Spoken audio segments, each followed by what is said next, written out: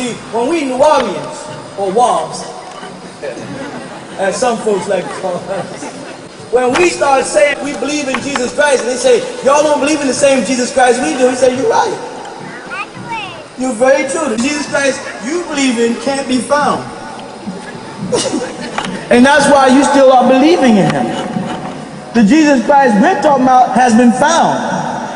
If you find the Father, you will find the Son. You follow that? You're right. We may not be talking about the same Jesus. We're not talking about a little Jewish boy 2,000 years ago.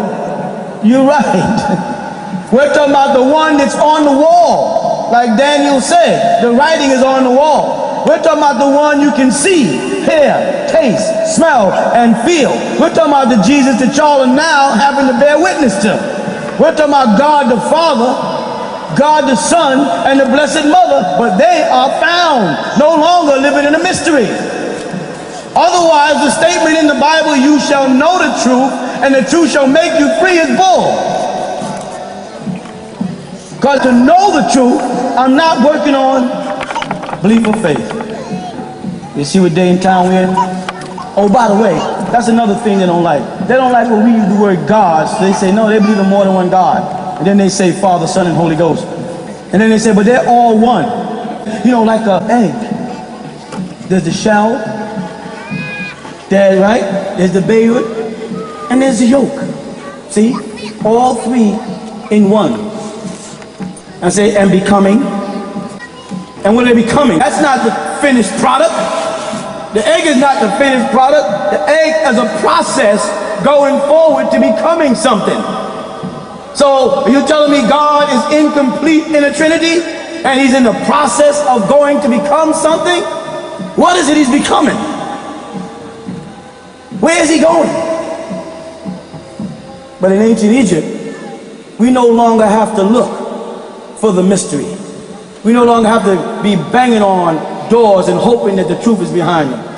They all prayed and screamed and cheered and hoped that their form of Jesus Christ would show up in the year 2000. They were set. They were happy. You remember them? On all television, Jesus is coming now. We was like, yeah, right. Jesus was coming by the year 2000. You know who ended up coming? Osiris. He did come because the Egyptians dug him up and found his body. It's not a myth no more. He did come. How are they going to deal with that? And if he came, who else came? Huh? Isis came. Oh, Acid. And if Acid came, who else came?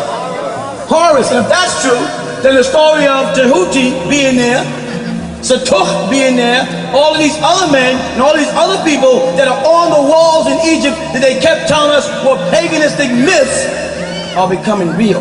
Can we deal with our own truth? Or do we continue to live in their lives just because we're adjusted to it? Just because it feels comfortable to us?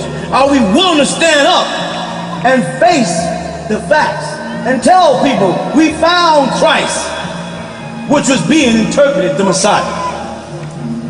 We found a man who you had us worshiping, but you had us worshiping in what? In your image. And we were warned in the book of Revelations. They described the devil to us. You know how you know they described the devil to you?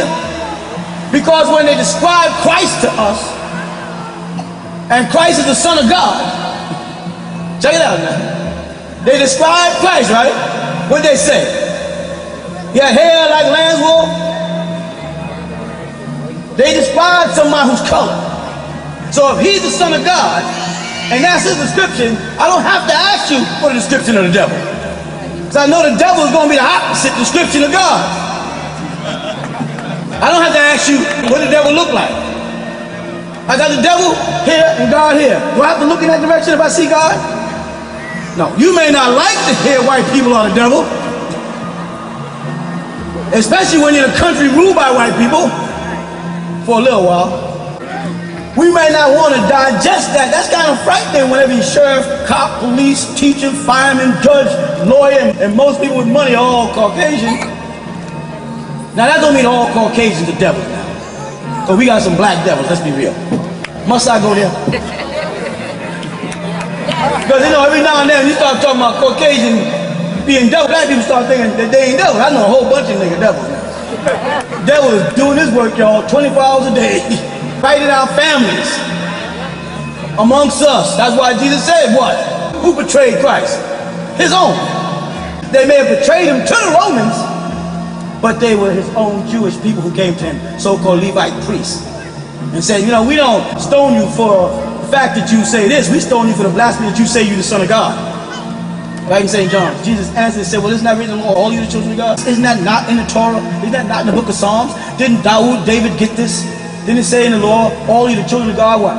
Ilion El in Hebrew. Throws me off in English.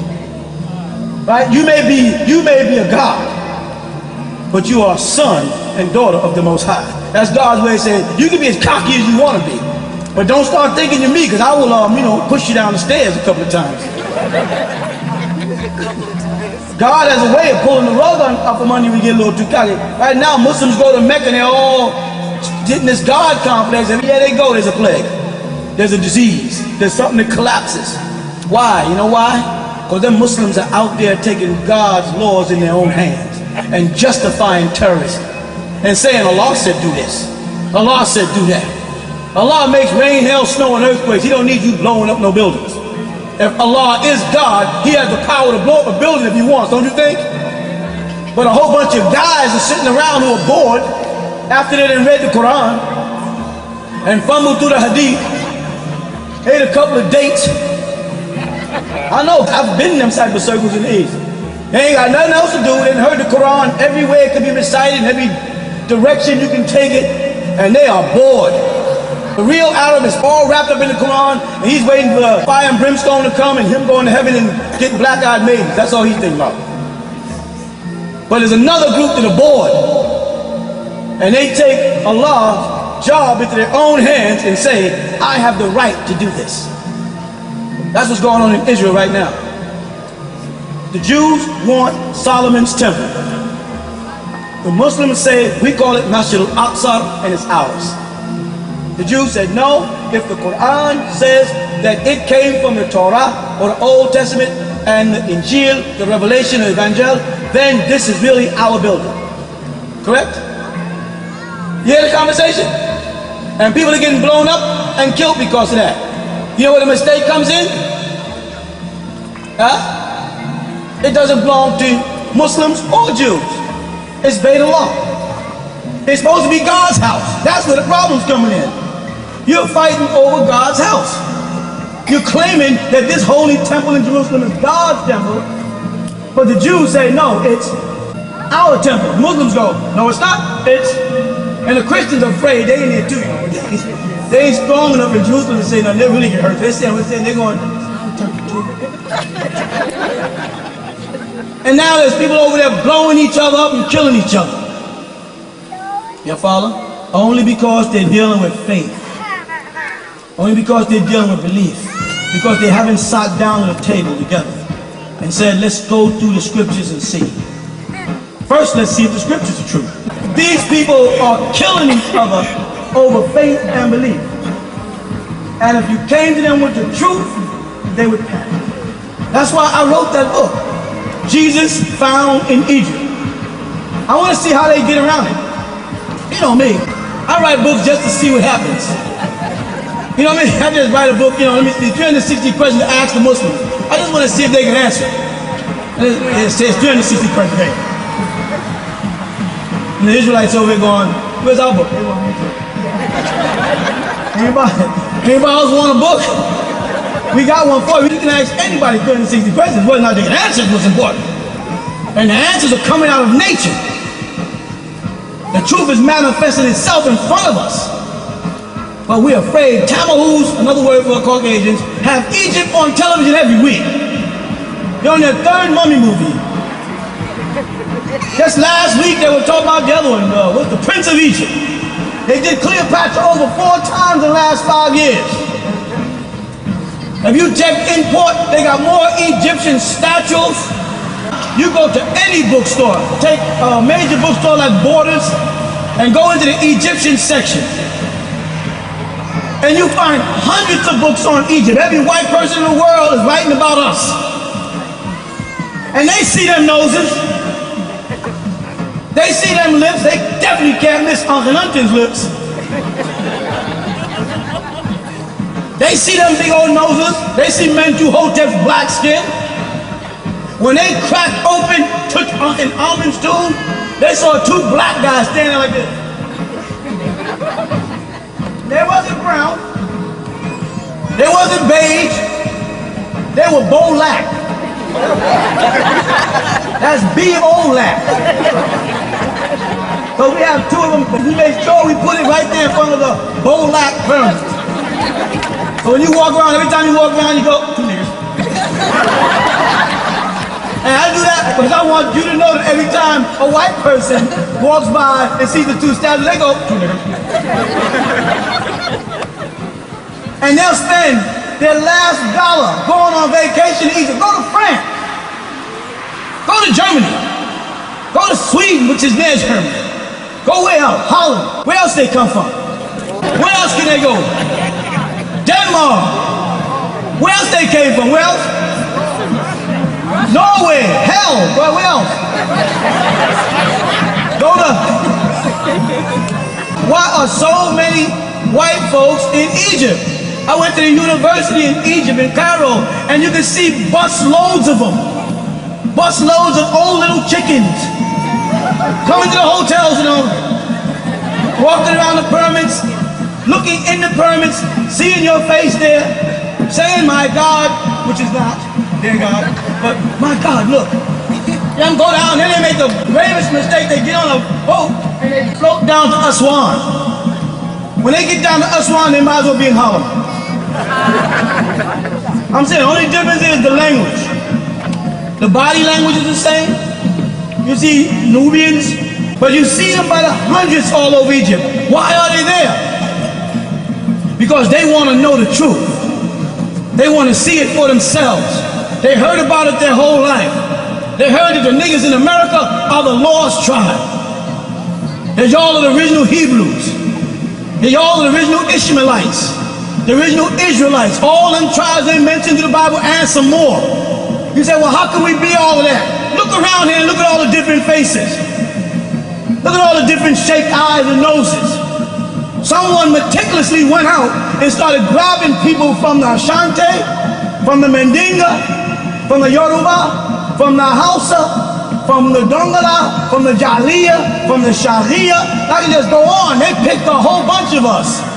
Some got wavy hair, some got nappy hair, some got that hair that you can't call nappy because you don't know what it is, it just sits there. I got a son with hair like that. It's like, you sure this is hair? It just, you can't comb it, you can't do nothing. Perm just leave, perm just leave. Perm just says, no, I want nothing to do with this. You ever see people here like that where each knot look like they screwed it in one by one? And then, I don't know what tribe of Africa they came, I ain't seen them. The nappy headites or something, I don't know. But we have people with every texture hair, every shaped nose, every color eye. That's because some of y'all are Israelites, some of y'all are Ishmaelites, some of y'all are Nubians from Egypt, some of y'all was brought here from the Congo, some of y'all from Kenya, some of y'all from Uganda, some of y'all are Ethiopians. Y'all are made up of all different tribes. If you, let's say, scan through a book throughout Africa, you start seeing people like, oh, shoot, they go Ralph. Am I lying? You be like, they look like Ralph. You know, you can walk up and say, what's up, Ralph? Who look at them?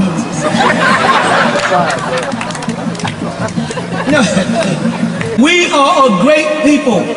I ain't gotta keep pumping this in your head. You are those African tribes.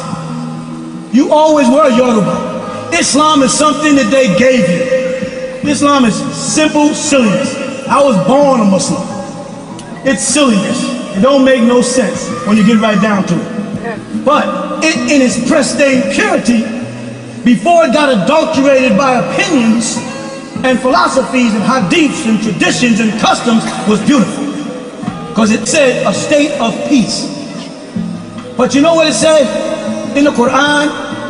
Muslims greet each other with the statement, Assalamu alaikum fi jannah. Fi jannah. In Arabic, that means in paradise. That's when they say Assalamu alaikum. That's what the Quran says. It never says that a Muslim should greet another Muslim on the streets on earth and say Assalamu alaikum. If any of you Muslims who are ex-Muslims or still Muslims know that I'm telling you the truth. It said the place is called, in paradise, it says Darul Islam. Darul Islam. Dar means the abode or place of peace. You see what I'm saying? And that was in heaven, not on earth. Allah doesn't expect us to have happiness on earth. You understand me? And Jesus answered them like this: blessed are the, for they shall be called. Talking in the future. Jesus spoke about Muslims in the future.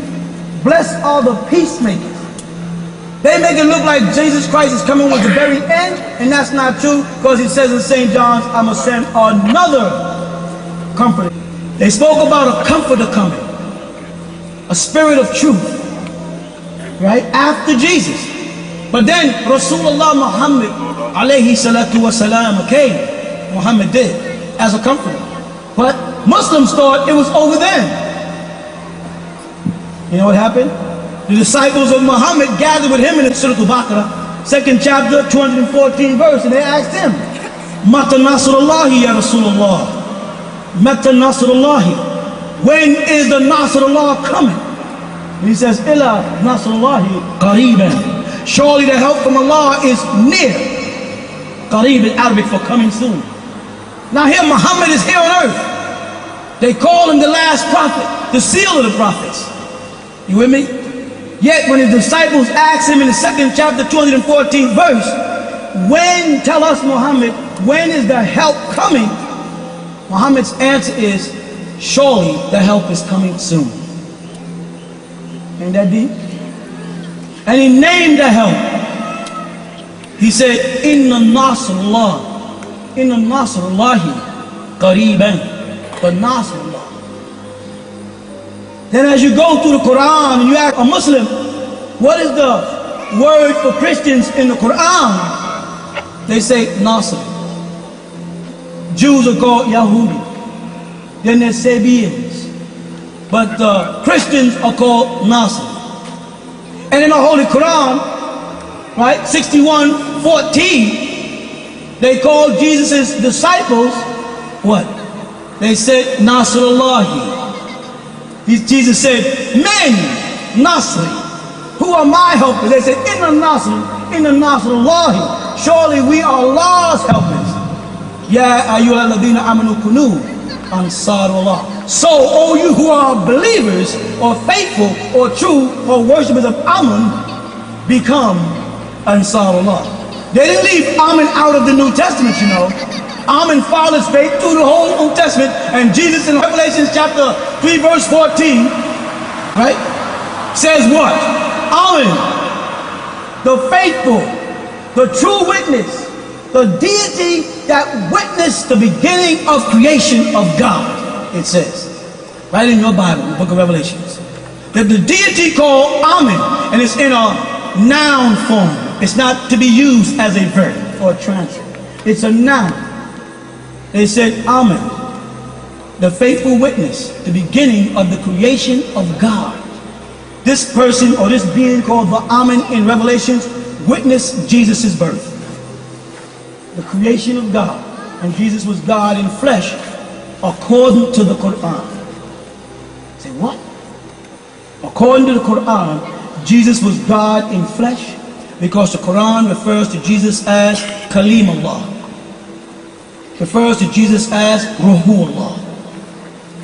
Ruhu in Arabic means the wind, from reh, the breath, the soul. Calls Jesus the Ruhullah. Calls him Kalimullah. Kalimullah means the very words that come out of my mouth. Remember it said he should not speak of himself, but only that which he hears shall he speak. He should glorify my name. Calls Jesus in the Quran the words of Allah, the soul of Allah. Said that Jesus spoke while he was yet in a cradle. He was an infant. He hadn't mastered the art of vocalizing. He hasn't mastered the art of speaking yet because he was still in the cradle. Yet he held conversation. The Quran tells you how that happened by saying Jesus was the Spirit of Allah and the Word of Allah. That means God's spirit was in that child, and that child was speaking on behalf of God. Otherwise, no little infant in no cradle can talk. Am I right? Will a Muslim bear witness to that fact? No. They will wrestle with that all day. For it's right there in front of them, in Arabic. But if you read the English translation of the Quran, and you didn't learn the Arabic language, or it's not your mother tongue, you'll never see it. And that's why they come to America and give them Yusuf Ali, Maulana Muhammad Ali, Pickthall, Dagwood. And they could have spent the years that they were Muslims. The Arabs could have built universities, all the kind of money they have, and made sure every American Muslim was fluent in Arabic. You know what their greatest fear is? One day somebody's going to do an online Quran the way they did an online Bible.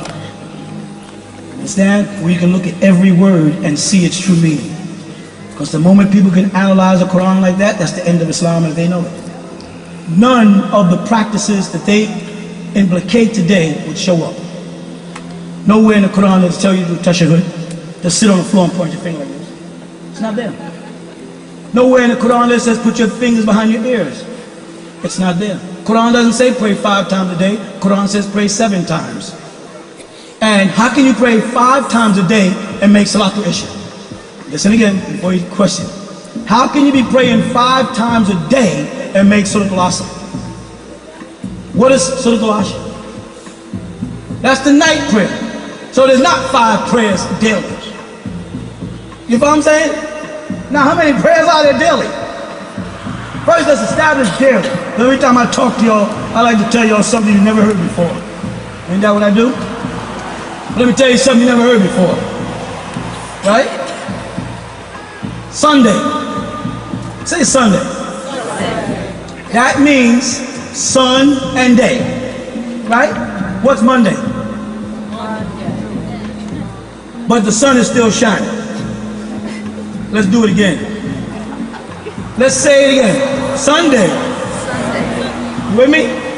Got it? And that means the day as the sun shines during the... Now we come to Monday's moon day. How can you have moon day?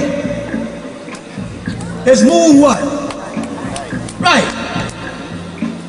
Now, let's go to the next one. Now we got Tuesday. Now what is Tuesday really? No, Tuesday is really Sunday. Just as Monday is really.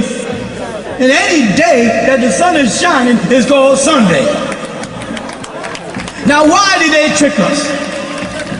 You know why they trick us? Because they got us to the point where we believe anything they say and we don't critique it. We haven't stopped. See, now that I said it, you go, that's deep. Some niggas are saying, I knew that all the world. I don't mind y'all, it's cool. It's all right, it's all right. But the deep thing is, just think about what they did to you. You've been walking around and see me Monday morning. All right? No, better yet, meet me Monday night. Meet me Monday night? Say Monday night. Ain't something wrong with that in right knowledge? How can you have a Monday night? Is there such thing as Sunday night? No. Once it becomes night, it's no longer sun. So now we have to change everything in our vernacular around and say stuff like Sunday and sun, right? What? No. Mon night is in the morning. Because the moon is out. So if it's Mon, the moon is there. I don't care if the sun is shining or not. If you call it Mon, the moon is there. The sun and the moon can't shine at the same time according to them. Right? So it's moon night, which means it don't make no sense, so we got to get rid of it. Now we done lost a whole period of time. If I didn't say that, y'all were going to say a whole day. That's how well the program, you know what I'm saying? Watch, we have lost a whole, you see how you instinctively want to go whole? That's how you know the spell was in there. Are you with that? All right, now if that happens with days, how do weeks become weaker than days if there's more time in a week than there is in a day? Or better yet, shouldn't the second be the week? Because at least with a second you get another chance. So shouldn't it really be week, 60 weeks? make up a minute. Now, you say, oh no, you're looking at me like, is he misspelling week? Is he mistaken W-E-E-K with W-E-A? Listen, phonetics is the same. The people speak first or write first. Right, so they had to figure out that didn't make no sense and create a second word. You understand? That's why there's wake. You hear how wake sounds? Wake me. Wake me up. Shake me. You see what they did? They tied in tones that entrap us. I'm gonna tell you, Christ, crisis, look how close that is. You see the entrapment in the mind? Christ and crisis. These are all part of a plot that enslaved us mentally and made it capable for them to just about say anything over the media and control the way we feel about what we hear. You understand what I'm saying? As they talk to us, because they have control of phonetics. In other words, they put letters to match phonetics to create tones, which have various meanings. Let's take a word that can have various meanings and has the same basic phonetical sound. Even though people could get technical and say, well, bear, B-E-E-R, and bear to be bare naked, and the bear that attacks you, actually on all different words, right? But who speaks that clear? Who actually really distinguishes when they're talking? And don't say y'all, because y'all niggas say, I'm gonna see you later. And ain't no word I'm in the dictionary. Where you going? Where you going, man? Where you going? What's your name is? We didn't like N, so we changed it to B. What's your name be? Who he? The nigga with you. Who he? Yeah, what you know? Yeah, who that? Who that? Who that is? That's it. Who that is? What you say? What you say? What's what you say? What you say? But that's all done purposely. Tones. Because that's why you can listen to certain music and it can make you feel sad. If I put on some calypso, everybody gets a certain feeling. If I put on James Brown, you could call James Brown country. And you could be city slick nigga. But James Brown will make a city slick nigga pat his foot. Something about the magic of James Brown's rhythms that make you start doing it. Certain musicians got magic. And they can get on out. Michael Jackson, I mean, for whatever he turned out to be, he had beats that I don't care who you are, you can say, I don't like him, you know, I don't like what he did to himself. He cut off his nose and some nigga with a perm is saying, he cut off his nose and he bleached out his skin and they got 3 holes in their ears up here. Ain't no reason for him to do that. Why you can say that there, but when his music starts playing, like Billie Jean, you be thinking like, am I lying? Or is that the truth? That tells you there's some magic in music. That means there's some magic in tone. And that's why there's a concentrated effort to remove our languages from us and have us speaking English. They don't want nobody who speaks Spanish speaking Spanish. They don't want no Latin speaking people because there's tones in the language. Not the way we're speaking it in Harlem, where we done mixed in English, but the way our grandparents spoke it. And most of the kids couldn't understand it. So I had relatives that spoke Portuguese, I didn't understand what the hell they was talking about. And they was just going like this, okay. Only time I worried when the hand went up. No. Not when the hand went up. When the hand was coming down. When the hand was up, I still could get out of the way. There's a concentrated effort. That's why there's so much being put into Nawapic. There's a concentrated effort for you to eliminate, what nationality are you? American. What's your nationality? You American? What's your nationality? Huh? You American? I ain't gonna ask you that. What nationality are you? British? Egyptian. That's another thing. We have to stop being everything but Nuwapians. That is our nationality. We're not Trinidadians. We're not Cubans. We're not Dominicans. We're not British. We're Nuwapians. You know why that's important? Because we hold the secret to its meaning. Sit with me for a minute. We hold a secret to its meaning. Nobody knows what a Nuwapian is but us. And if they decide to put it in their definitionary or dictionary, they will have to come to you. We have now introduced a word into the world, right? Regardless of what they say, they don't know what it means. They ask you, sound right reasoning. And it don't mean sound right reasoning. You're right, it doesn't mean sound right reasoning. But we're not going to tell you what it means until you tell us what Caucasian means. Do you understand what I mean by that? Because what you're reading in the dictionary doesn't necessarily mean that's what Caucasian means. Just because there's a mountain between the Black and Caspian Sea called the Caucasus Mountain, that doesn't mean that's what it means. And as many words as we capture the meaning of is how we establish ourselves. Because they have to come to us to ask what we mean when we say Nwapi. When we say Rahubat. They say, what does that mean? It means Rahubat. What the hell does hello mean? I mean, how we know about hello, we know about that, but other than that, hello means what? Hello, right? Hi, what's hi? Hi. Well, no, it depends. No, I got a friend, he's a different kind of high. Nah, he's always high. I'm talking, you know what I mean, the greeting. You introducing that. You bothered them with the word anu. What does this God y'all call anu? And you know, in the Bible, they showed them in the Bible. There it is right there, anu. Pagan. He say, define the word pagan. You know what pagan means? Jamaican. How? It means Jamaican. You know why? Because Jamaicans are yard people. Yard gal, yard man, and the word pagan means in the yard. Look it up in a dictionary. It means in the yard. So all the Jamaicans are pagans. Now you do that because in doing that, you dissolve his plot. You follow that? When he calls you an atheist, you say, atheist, other than what? You know, hey, what's atheist? I'm against theos. Well, shouldn't it be a God?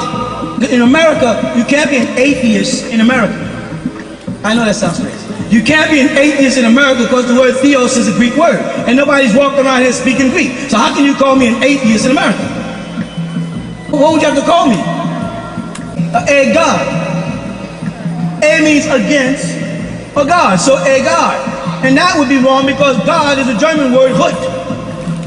So you'd only be able to call me an a God if we was in Germany.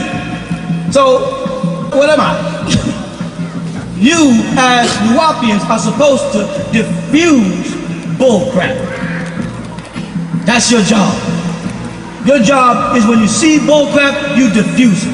I've written enough books breaking down enough things that when someone talks to you, it's almost a pleasure for you to take them apart piece by piece, and I always say, put them back together. Don't leave a brother or the sister walking like this down the street. That's some heavy shit that nigga to say.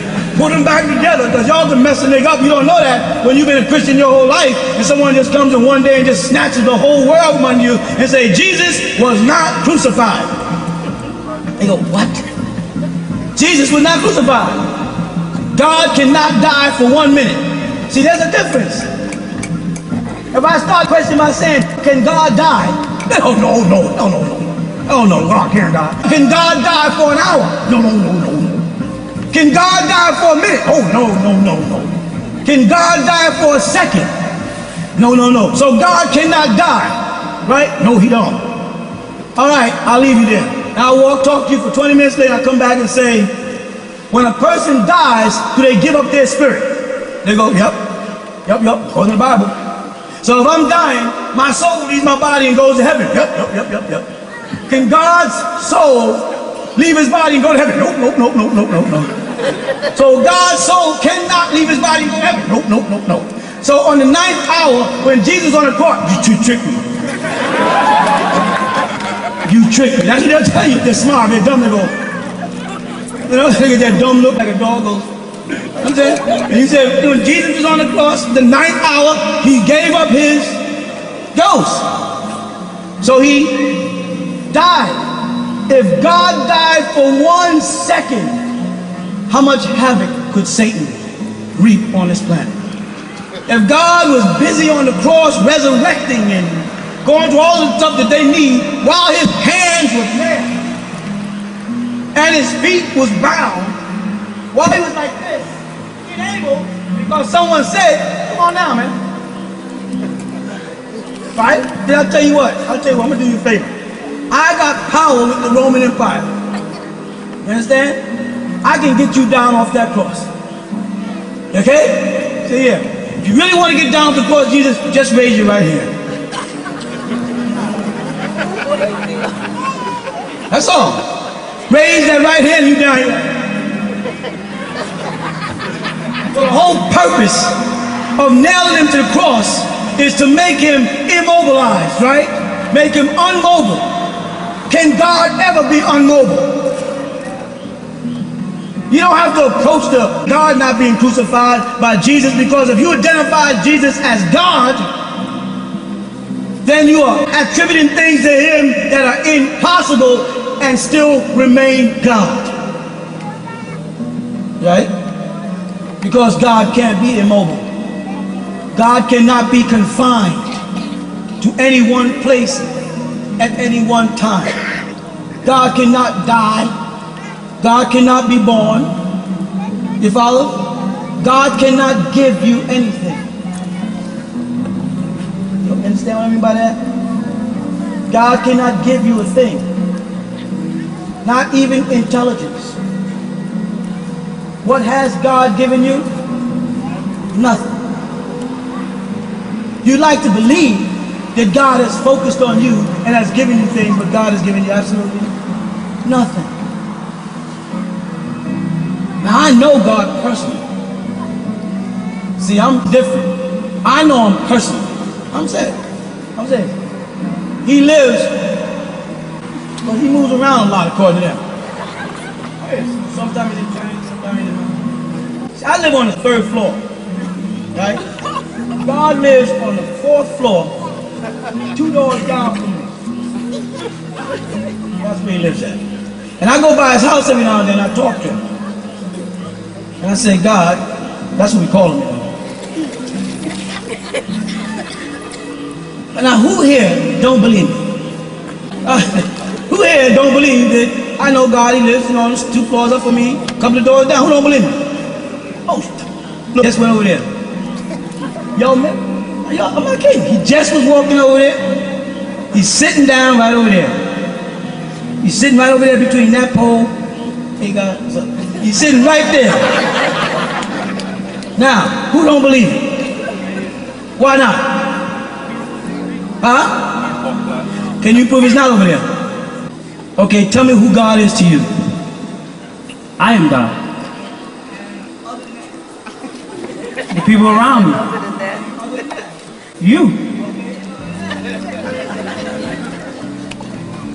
Anybody who's in control. Anu. Pakalum. The all. Is the all the same as everything? So, yeah. So he's not over there?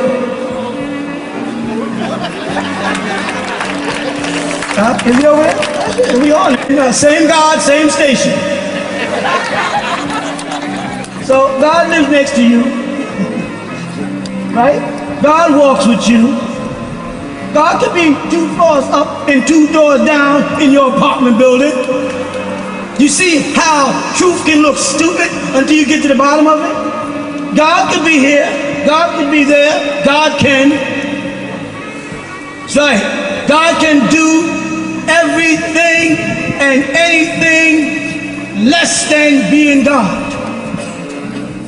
So even God in his mercy, and you heard these years ago, and his wisdom has left room for the intelligent. You know what I'm saying? By saying I could do anything but be less than myself and still be me. He left room for you to indulge the thought. That's how merciful he is. Because he could have sealed it and made it impossible for you to even imagine that. But think about that. God can do everything but be less than God and still be God. Is that right? Can God be less than himself? So he left something that he can't do. Otherwise, you wouldn't be in his image and after his likeness. The only difference is there's only one thing he can't do and millions that he can. And there's millions of things that you can't do and one that you can. And what's that one thing? Acknowledge God. Did I lose you? The one thing God cannot be is less than himself and still be God. That's the only thing he cannot do. And he put that there purposely. That's the one thing out of millions. Put you on the opposite side of that. You hear that? What do you do? I can think of a million things you cannot do. But there's only one thing that you can really do, and that's accept God. You know what? That's important, because if you don't accept God, nothing else here is happening. Nothing here is going on. There are no clocks ticking. There are no lights coming off and on. There are no babies crying.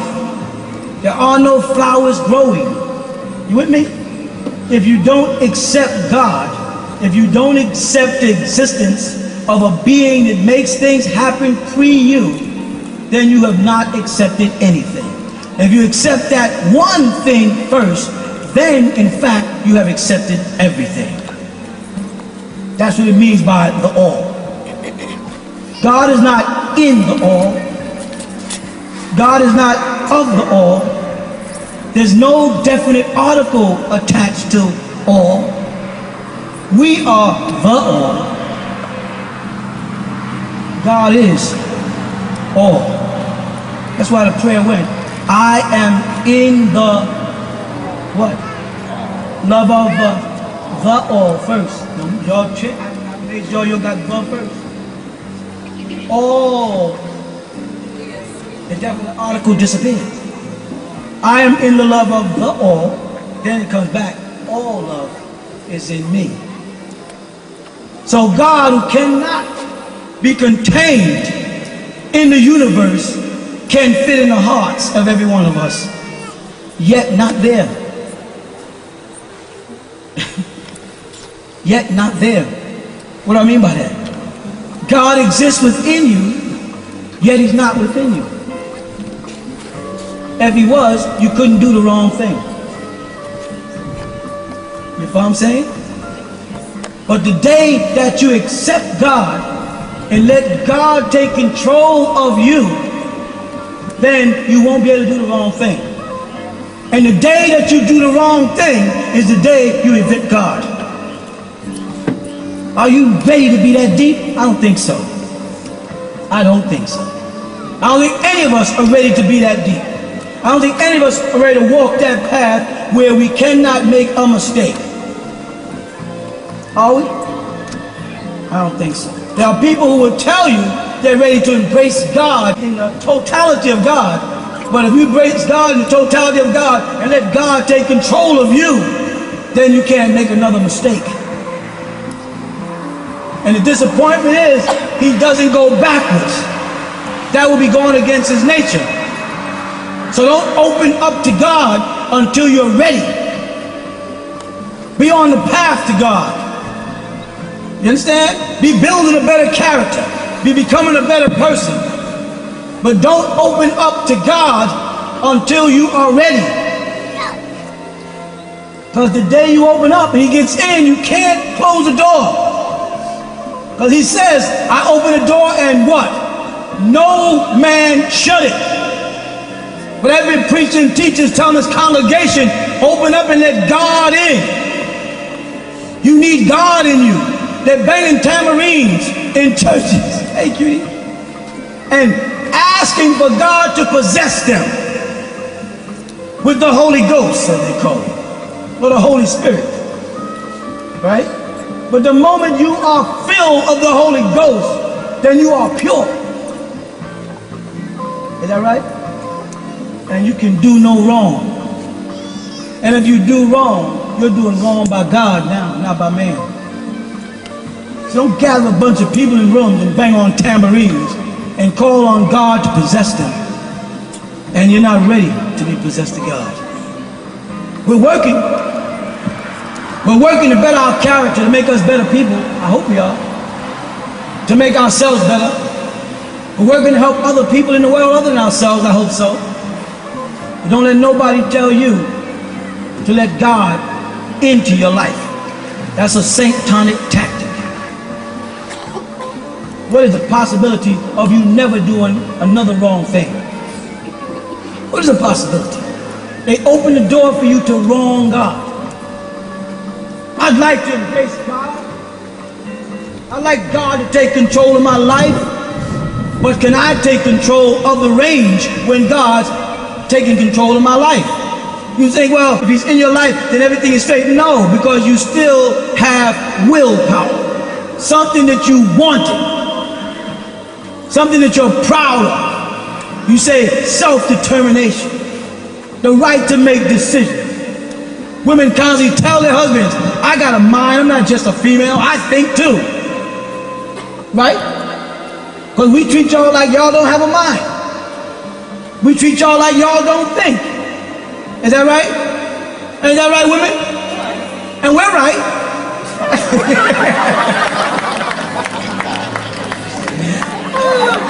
Did y'all fall for that one? I tell you. Felt right, but see, it ain't that right. Would men fall for that? No. No. Watch in a couple of minutes. But you understand what I'm saying? People, you gotta be careful when you're preaching and teaching to people, because right knowledge is very strong. It's been dormant for so many centuries that when you start hitting people with so many facts, you overload them sometimes. I've been teaching for how many years? Some overloaded, see? Too many years. Too many years, actually. And I find out sometimes I'm talking to people and I stop and just change the subject. You know what I'm saying? I just change the subject and start joking or something, because you realize that people are far more timid than you know. That the mind is very much more delicate or fragile than you really know. And a person can be sitting there losing their mind and you won't know it, because all they're doing is saying, it's true. Too much truth after so many lies can be very dangerous. So you got to learn how to, you talk to a person and laugh and joke a little bit and tell them a little. Don't sit there on the corner and try to unload the whole Bible on them. And sometimes I say, in the beginning, God created the heavens and the earth. And I'll stay there for a little while and say, in the beginning, Rith Bereshith, Elohim Barra, Arith wa Shemarian. In the very beginning, God created the heavens and earth. I'll just stay there and say, do you hear that? And they'll go, no. Listen again. In the beginning, God created the heavens and the earth. You hear that? No. Listen again. In the beginning, God created the heavens and the earth. You hear that now? See? Y'all are waiting for something deep. See how you've like perched yourself in your mind like that? Y'all sat back and said, you may say something deep. You know, I could tell because his voice changed. He said, but I stopped saying in the beginning, I started saying, in the beginning. See, I dropped the voice down to the deep voice. God created heaven and earth. I could have kept going, you know, y'all just said, in the beginning. God created heavens and earth. And you know what? If I would do that long enough, some people would have said, oh, I got it. I wasn't saying nothing, but in the beginning, God created the heaven and earth. You got it? Anybody else got it? Huh? In the beginning, God created the heaven and the earth. That's the first line in the Bible. Now let me explain to you all what in the beginning God created the heaven and earth means. In the beginning, God created the heaven and the earth. That's what it means. You know how you know that's what it means? Because that's what it says. There ain't nothing under that. And anybody start adding stuff on there, it's crazy. And you got to recognize them. That's what it says in the Bible. When you see that spirit, test that spirit. Say, give them a quote out of the Bible and say, in the beginning, God created heaven and earth. What does that mean? There's people right up there on the line that say, let me tell you. Because when God said, in the beginning, they're going with they have a dialogue. Then Farrakhan told them. Who got it from Elijah? Who got it from Ford? Who got it from the Freemasons? Who got it from you feel what I'm saying? There's always somebody trying to add to the truth, to that which is simple, factual. Because belief is a religion. You need people believing if you want to advocate some type of religious commitment. Because if you tell them enough facts back to back, it changes from a religion into what? If you continue to keep people believing things, you can get people to do anything you want. The world is in an uproar today. It's not being done by political scientists. It's not being done by archaeologists, paleontologists. They're not blowing up people and killing each other. It's religious people that keep the world in turmoil. You understand? They just passed a new bill. You know what it says? That high schools can be used for Christian services after school. They just passed the bill. And yet we can't have prayer in school in the morning. Something wrong here? Is something loose? I tell you this is what happens. This is what the society does to you. It tells a woman, like I said years ago, that she can go to the beach with a bikini on, but if you knock on her door and she has a slip on, she'll tell you to wait. You met this girl on the beach this afternoon, and she had a string up the crack of her butt, that's all. Two little things like Band-Aids hiding her breast, that was it. She was walking down the beach loose and bouncing, right? You meet her and say, I'm gonna come by and pick you up at 8 o'clock so we can go to dinner, and you get there a little early, and you knock on the door and she says, just a minute. I'm in my slip. Slip is a full-length satin gown from full-length arms covering everything. She won't let you see her in a slip, but she'll let you see her on the beach almost buck naked. If that ain't some type of mental trap or spell, something is wrong. Somebody is inside of our heads turning knobs. Anytime you want to see body parts, you sick people. You know what I mean by that? You hear there's an accident. You see the lights, you drive by doing this here. Trying to see on the floor where there's body parts. Hoping to see the blood. Is that not right?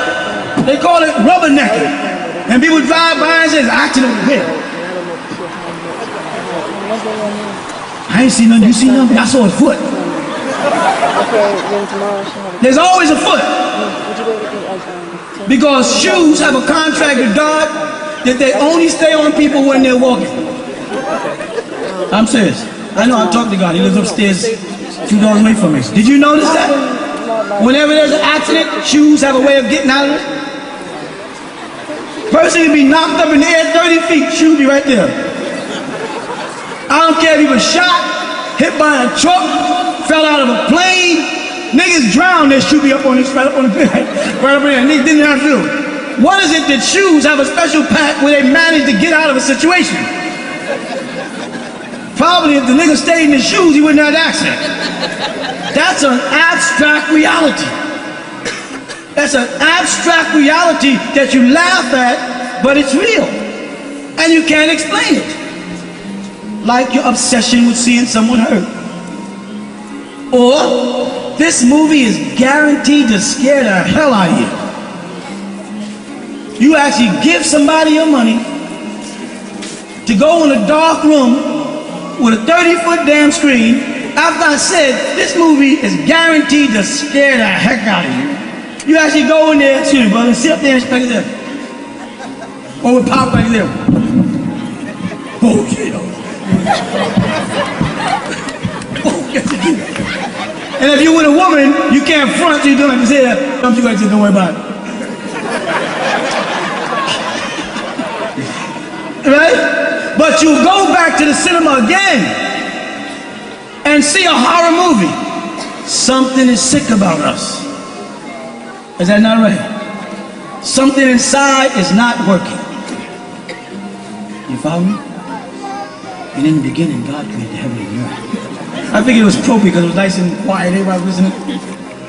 You understand? This tells us we need correcting. We need a new way of thinking, a new pattern of thinking, new concepts. And you know when they're going to come? When we give him back his bull. Because all of that came with him.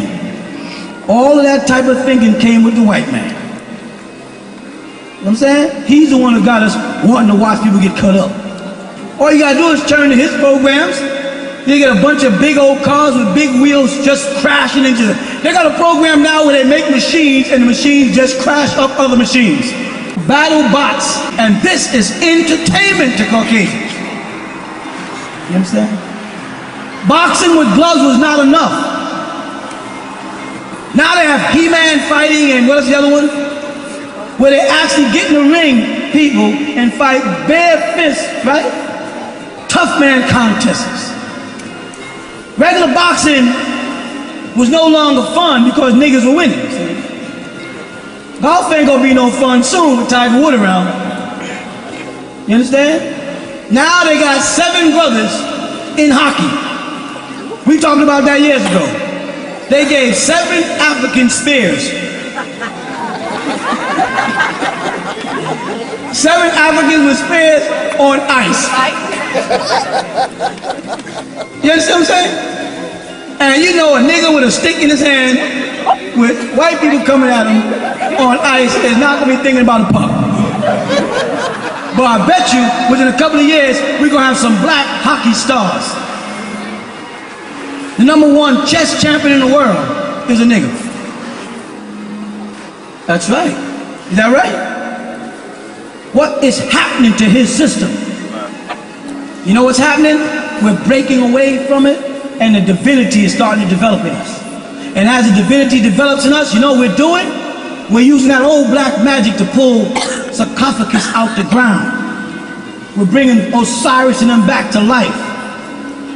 Because now they're talking about Osiris in Egypt. And as they talk about the discovery of Osiris, Muslims are getting mad. So they go to China and they think by tearing down a Buddha statue, they're going to tear down Buddha. And all they did is brought the world's consciousness to Buddha, who didn't even know there was Buddha statues in Afghanistan. And then some people didn't know who Buddha was, and then they said, who's Buddha? Who's the statue they tearing down? And someone had to explain to them who Buddha was, and what they did is advocated or propagated Buddhism in the stupidest way. This is what's happening to us right now. Egypt is coming in. It's coming in fast. You follow? You're on the wall. No doubt about it. You have any doubts about your face being on the wall? No doubt about it. You found who you are. Give up all other nationalities, all other races, and say, I am a Nuwapian. That's my race. That's my nationality. What's a Nuwapian? Me. Well, I know some people who are from Dominican Republic who call themselves Nuwapians. They are Nuwapians. They just happen to be born in the Dominican Republic, but they're Nuwapians by race. Make it a race. Make it a nationality. Doesn't mean you're not respecting the American government when here, or the British government when you're there, because if you don't do that, then they have laws to restrict you, or confine you, or call you subversive, or anti-this. Well, everybody's anti-everything who thinks in this country. But be a Nuwapian, learn the language, get the language into the kids. You follow what I'm saying? Because it'll be interesting one day when you're just walking along and you just start talking in your language to your kids. In Nuwapian, you look at a Caucasian's face. We've done it before. They go, excuse me. Say what? Where are you from? Brooklyn. No, I mean, originally. Oh, Bushwick Avenue, Brooklyn. What language are you speaking? Ancient Egyptian. What? Gladys. Go ahead, do the thing. Do the thing. These niggas, these people are speaking their own language. That is the birth of a nation. Do you realize that those children will have an accent? If you start them speaking their language now, they'll have an accent.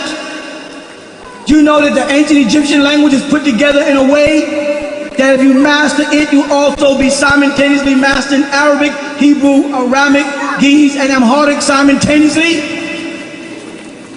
That the bridge to those other dialects are as simple as learning their alphabets and how certain vowels are shifted? Phonetics. That you'll be able to speak to an Arabic or Hebrew in Hebrew, which is no such thing actually, but we'll go for the time being. You understand what I'm trying to do? And because they see how close I am to succeeding, where a lot of other so-called black leaders fail, there's a concentrated effort to stop them. They'll do anything to stop us, especially now. Because where is our opposition? In other words, like it says, who can stand against us now? Who can? 5%? Sunnis? Ahmadiyya? Who? Freemasons? I know things about Freemasonry they don't know. They're asking me. Who can stand against us now? We have crossed the hardest part of the journey across the desert.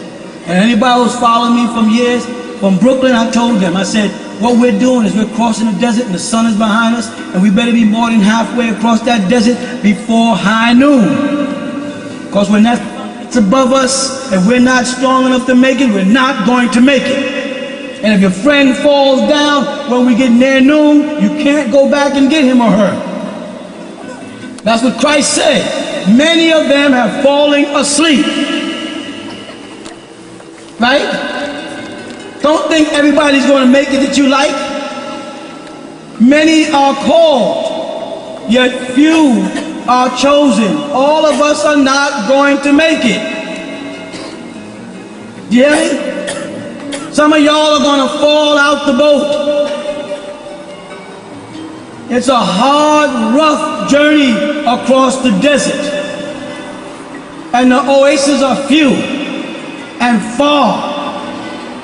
The path is rough at times and smooth at others. So everybody is not made to make it.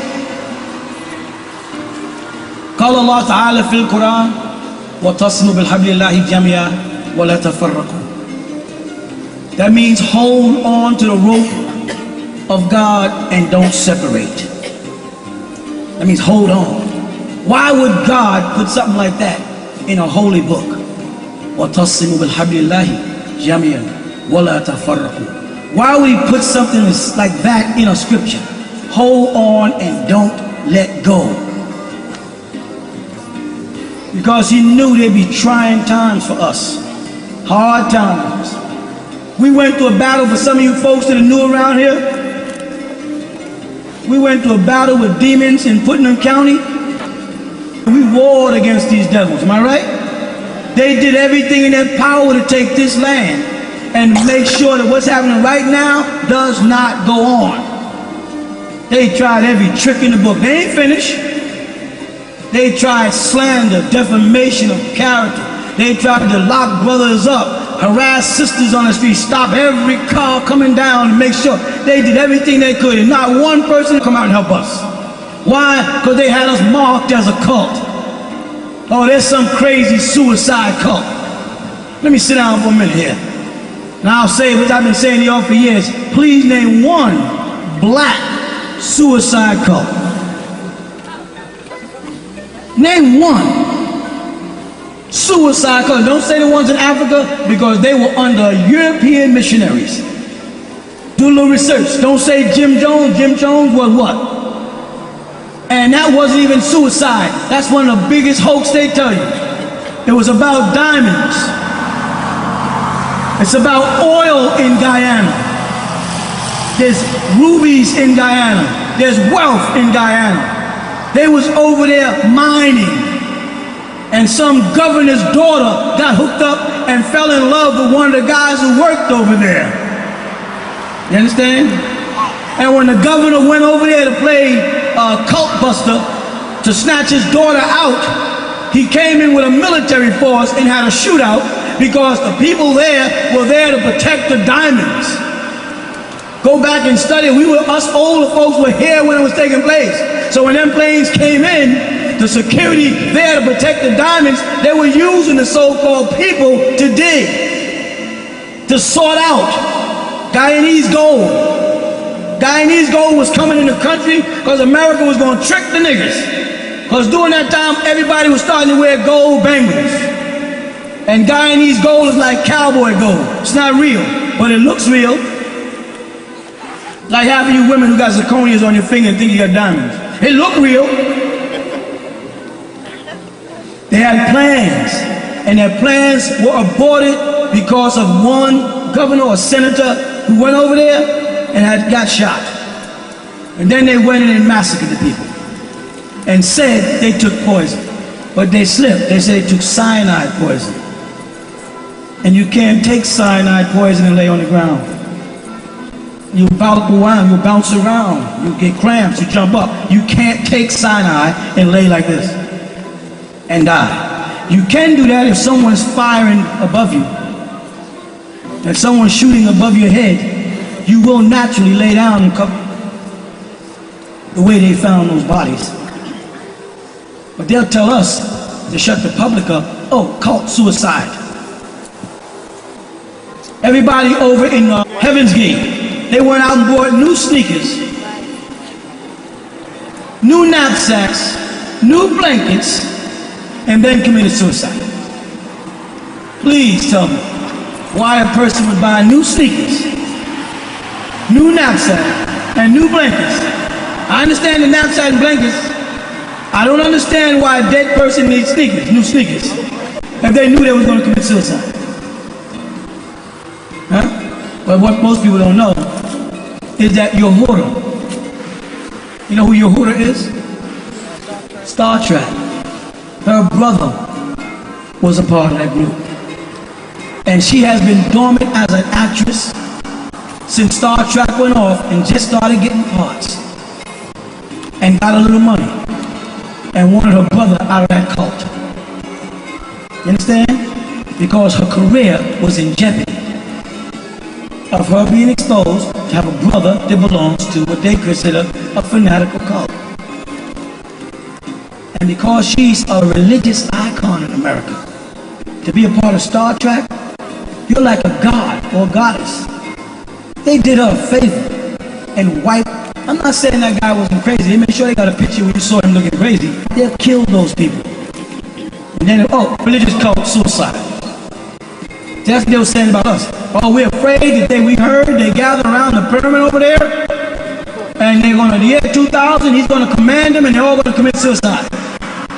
I said, that's because y'all don't know niggas. Yeah, I know I belong to a cult. We doing this here. They said, we're going to commit suicide. That shows white folks just don't know niggas. So niggas, we ain't into suicide. Good night.